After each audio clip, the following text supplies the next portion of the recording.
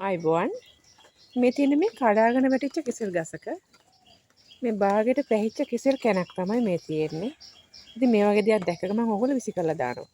ඉතින් විසි කරන්න එපා. මේකෙන් විවිධ කෑම වර්ග හදන්න පුළුවන්. ඔව්. දැන් අපි බලමු මේ කෙසෙල් කැනේ මොනවද හදන්න පුළුවන් කෑම වර්ග කියලා. අපි ඔක්කොම ඉස්සෙල්ලා මේකේ ඇවරියක් කපා ගමු.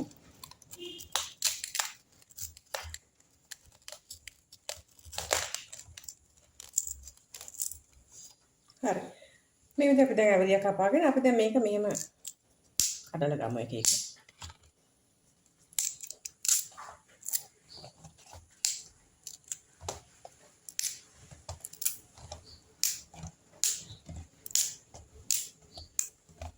හරි.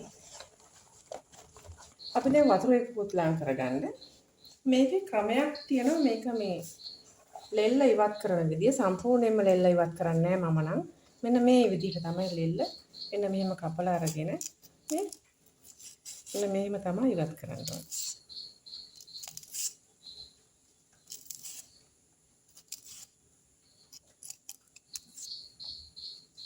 පැහැදිලි? හරි. වතුර එකකට දාන්න.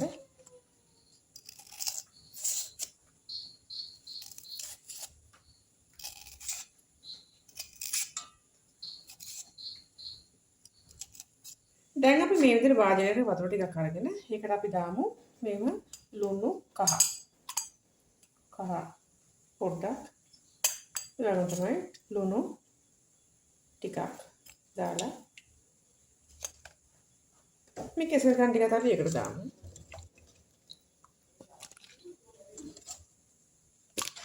ගොඩාක් වතුර දාන්න එපා මේක තැම්බෙන්න තිබ්බොත් ඇති. ඊට පස්සේ මේක අපි තම්බ ගමු.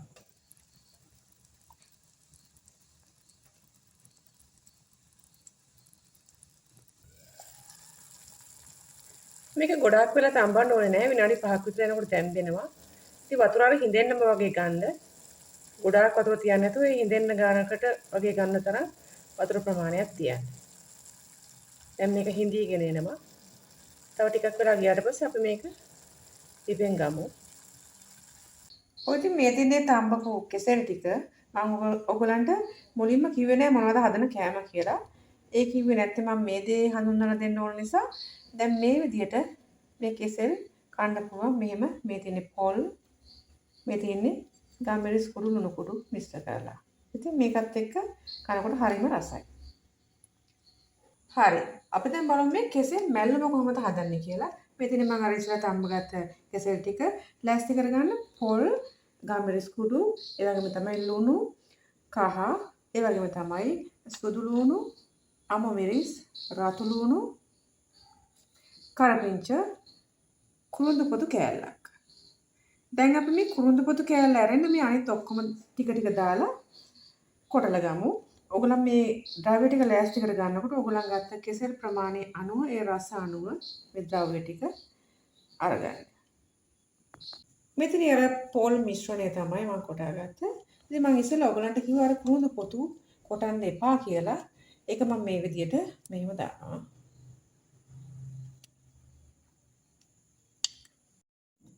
ඉතින් ඔයගොල්ලන්ට තව දෙයක් කියන්න ඕනේ. ඔයගොල්ලන්ට පුළුවන් මේ කෙසෙල් පිහියෙන් පොඩි පොඩි කෑලි වලට කපලා ගන්නත් පුළුවන්. එහෙම නැත්නම් අපි අර මැල්ලුම මලවනකොට මැල්ලුම මැලවිලා ඉවර වුණාට පස්සේ හැන්දෙන් පොඩි කරලා ගන්නත් පුළුවන් මේ ටික දාලා. නැත්නම් මේ විදිහට අතින් පොඩි කරලා ගන්නත් පුළුවන්. ඔයගොල්ලන් කැමති විදිහකට කරගන්න.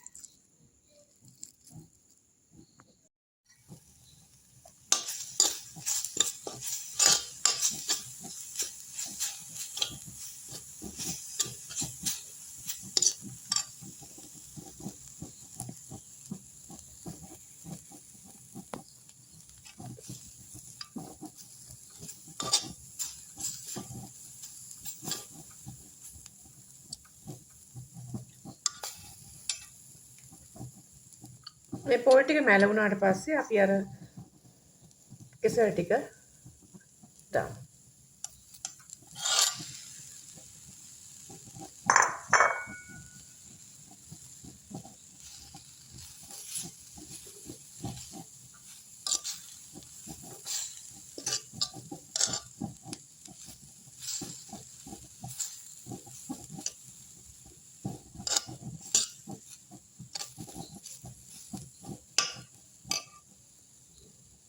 හරි. මේ විදිහට තමයි මේ කෙසෙල් මලවලා ගන්නෙ. ඉතින් හරිම රසයි බත් එක කනකොට මේ බාගෙට පැහිලා වැටිලා ගිය කෙසෙල්ද කියලාත් හිතෙනවා කනකොට. හරිම රසයි. මේ වගේ කෑල්ලට ගත්තාම කජු හැපෙනවා වගේ. ඉතින් විසි කරන්න එපා. මේ වස විස නෑ මේවා. තමන්ගේ පත්තේ කෙසෙල්නේ. ඉතින් මේ වැටිලා බාගෙට පැහිලා වැටුණා කියලා විසි කරන්න එපා. වස විස නැති ගුණදායක දෙයක් මේක.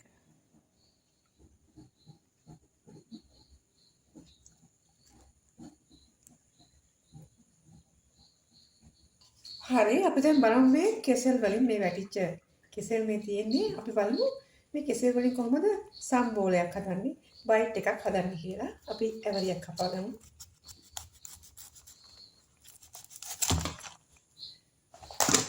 ඊට පස්සේ මේක අපි මෙහෙම කෑලි වලට කඩාගමු වෙන් කරගමු මෙහෙම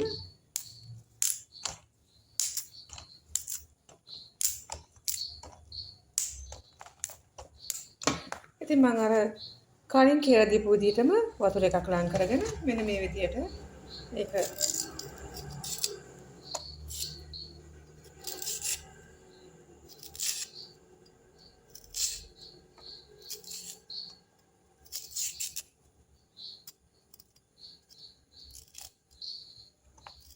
මේ විදිහට කරගමු.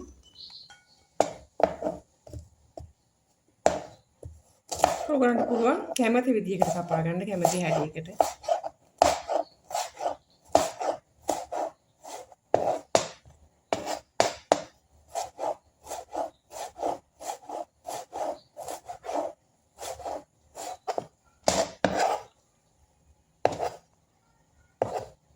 මේ තින් මම අර කපාගත්ත කෙසෙල් ටික ඉතින් දැන් අපි කරන්නේ මේ කහ කුඩු චුට්ටක් දාමු. ඒ වගේම තමයි අපි ලුණු චුට්ටක් දාලා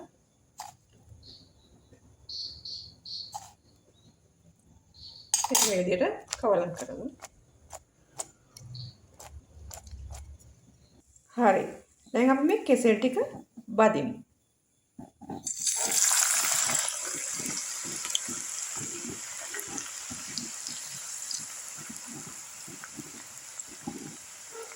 මේ වගේ ගානකට එනකොට ගන්න.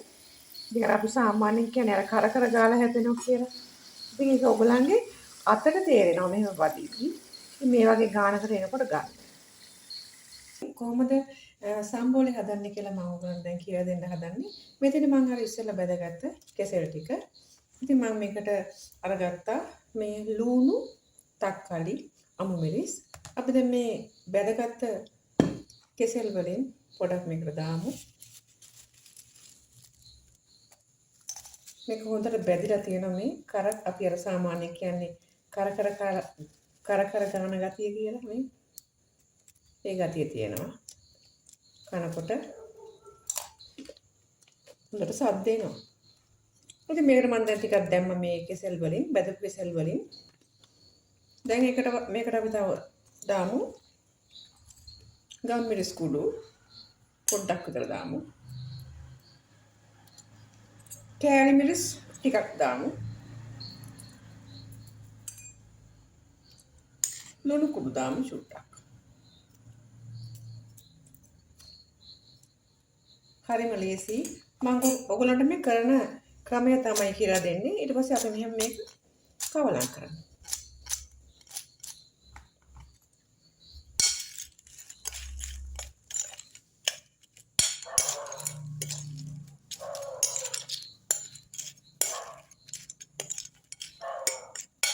හොඳට මේක බැදෙනවා මේ කෙසෙල් මේවා.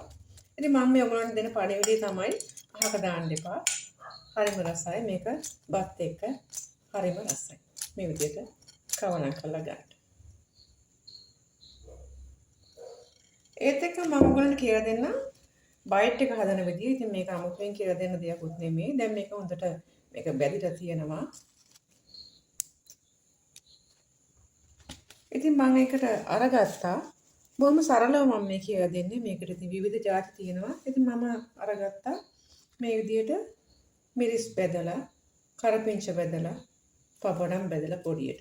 ඉතින් මේ කරපිංච මේ වේලිච්ච මේස් මේ බෙදලා තියෙන්නේ. ඒව බදිනකොට ලුණු මිශ්‍ර කරලා බදින්න. එහෙම බැද්දාම වෙන වෙන රසකාරක අපිට එකතු කරන්න ඕනේ. හරිම රසයි. ඒ ලුණු රස විතරක්ම ඇති. ඉතින් මේකට අපි දැන් එකතු කරමු.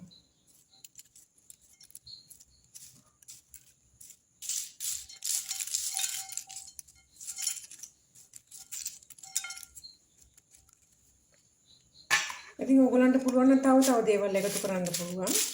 ඇත්තටම හරිම රසයි. මම වෙජිටේරියන් නිසා ඉතින් මම මේ විදිහට හරි ලස්සන ගත්තේ. ඉතින් මේ බොහොම සරල විදිහට මම ඕගලන්ට කියලා දුන්නා. ඉතින් මේ පාපඩම්, වේලිච්ච මේස්, කරපිංච අපේ ගෙවල් වල විතර දේවල් තියෙනවා ඉතින්. ඒක ඉතින් අමුතුවෙන් දේවල් යොදලා මේ බයිට් හදන්න ඕනේ නැහැ. ඉතින් මේ විදිහට මික්ස් කරගෙන මේක බත් එක කනකොට හරිම රසයි. ඉතින් මේ විදිහට තමයි මම මේ කෙසෙල් වලින් මේ සම්බෝලේ හැදුවේ. මේ විදිහට ඉතින් බයිට් එක හැදුවා. ඉතින් ඕගොල්ලෝ හදලා බලන්න. හරිම රසයි.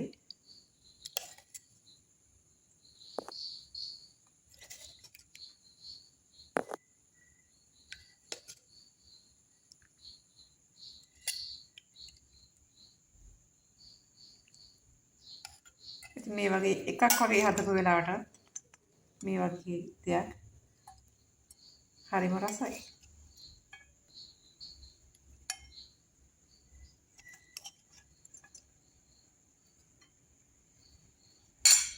ඉතින් මේ තියෙන බයිට් එක.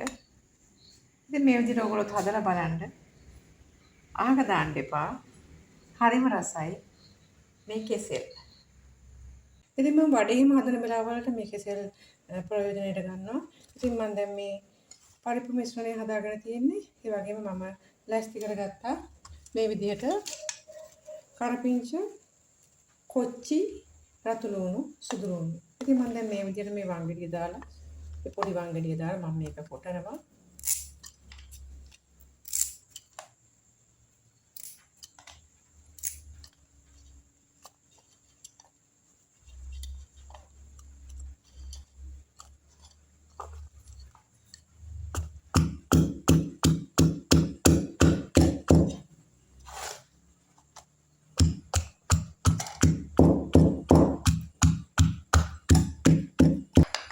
මේ තියෙන මම දැන් කොටාගත්ත ලුණු, කොච්චි, සුදු ලුණු, කරපිංච ඒ ටික අපි මේ පරිප්පු මිශ්‍රණයට දාමු.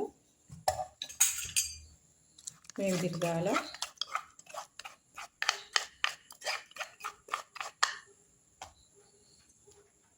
ඊට පස්සේ අපි මේකට දාමු ලුණු ටික.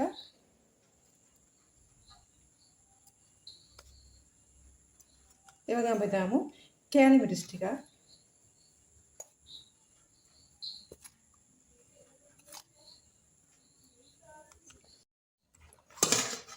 ඉතින් ඒ වගේ වෙලාවට මේ වගේ කෙසෙල් කනක් වැටලා තිබ්බොත් මම කරන්නේ මේ විදිහට කපලා අරගෙන මේ විදිහට තම්බලා අරගෙන පරිප්පු මිශ්‍රණයට අපි මෙහිම පොඩි කරලා ඒකත් දාමු.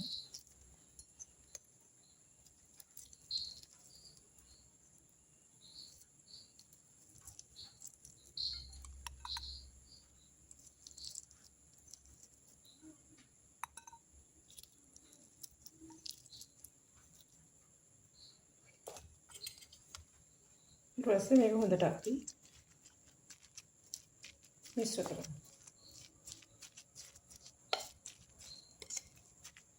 ඉතින් මේ විදිහට තමයි මිශ්‍රණය තියෙන්නේ. මේක අපි දැන් ගුලි කරලා බෙදලා ගමු.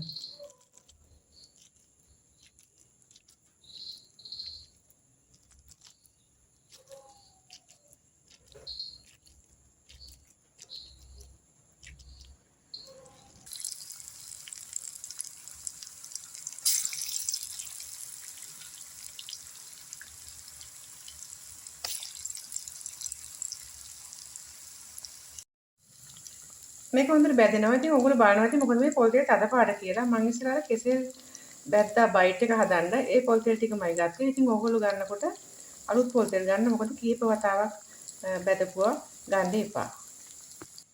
මේ විදිහට තමයි මම මේ කෙසෙල් වලින් වඩේ හැදුවේ.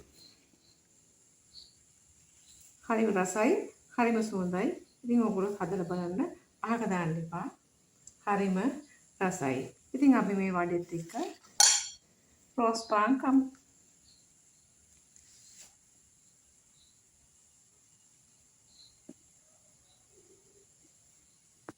ඔගොල්ලෝ අලු කෙසෙල් බදලා උයනවා. ඉතින් ඒ විදිහට මේ කෙසෙලුත් බදලා උයන්න පුළුවන්.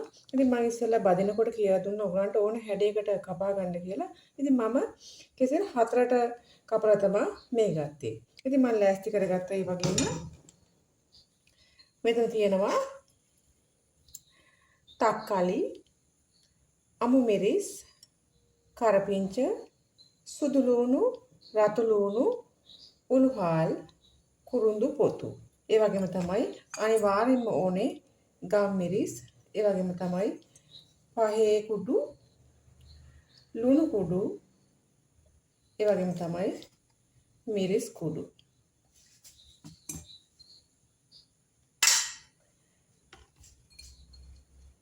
ඒ වගේම තමයි අපිට අවශ්‍ය වෙනවා මිටි කිරි ස්වල්පයක්. මේ විදිහට මිටි කිරි. ඉතින් අපි දැන් කරන්නේ මේ ගම්මිරිස් කුඩු ටිකක් මේකට දාමු. අනිවාර්යෙන් ගම්මිරිස් ඕනේ මෙහෙම උයන්න. ඒ වගේම තමයි මිරිස් කුඩු දාන්න ඕනේ චුට්ටක්. මේ බොහොම ටිකක් දාන්නේ. ටිකක්. වැඩිපුර දාන්න ඕනේ මේ පහේ කුඩු.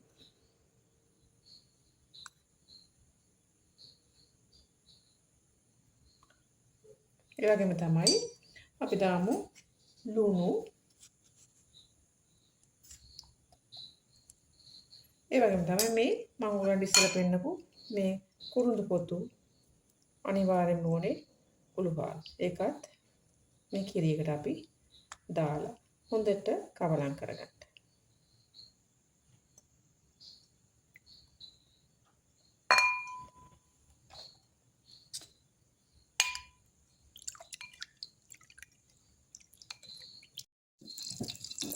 දැන් අපි මේ වගේම භාජනයකට පොල් තෙල් චුට්ටක් විතර දාන්න ඕනේ. මොකද අපි අර තෙලෙන් බැදපු නිසා වැඩි තෙල් හොඳ නැහැ.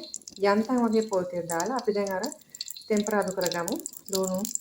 ලුණු, අමු මිරිස්, සුදු ලුණු, කරපිංච ඒවා දාලා ටෙම්පරාදු කරගමු.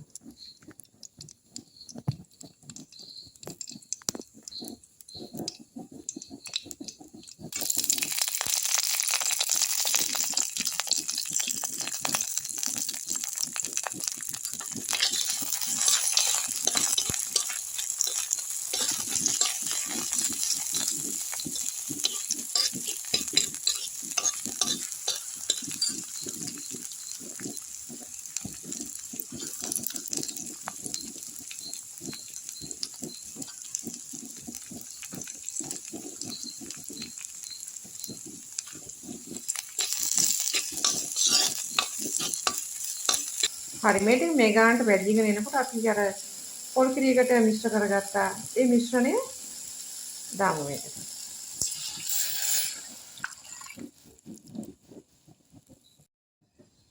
හරි ඉතින් මේ විදිහට උතුරාගෙන එනකොට අර බැටපු කෙසෙල් ටික දාන්න.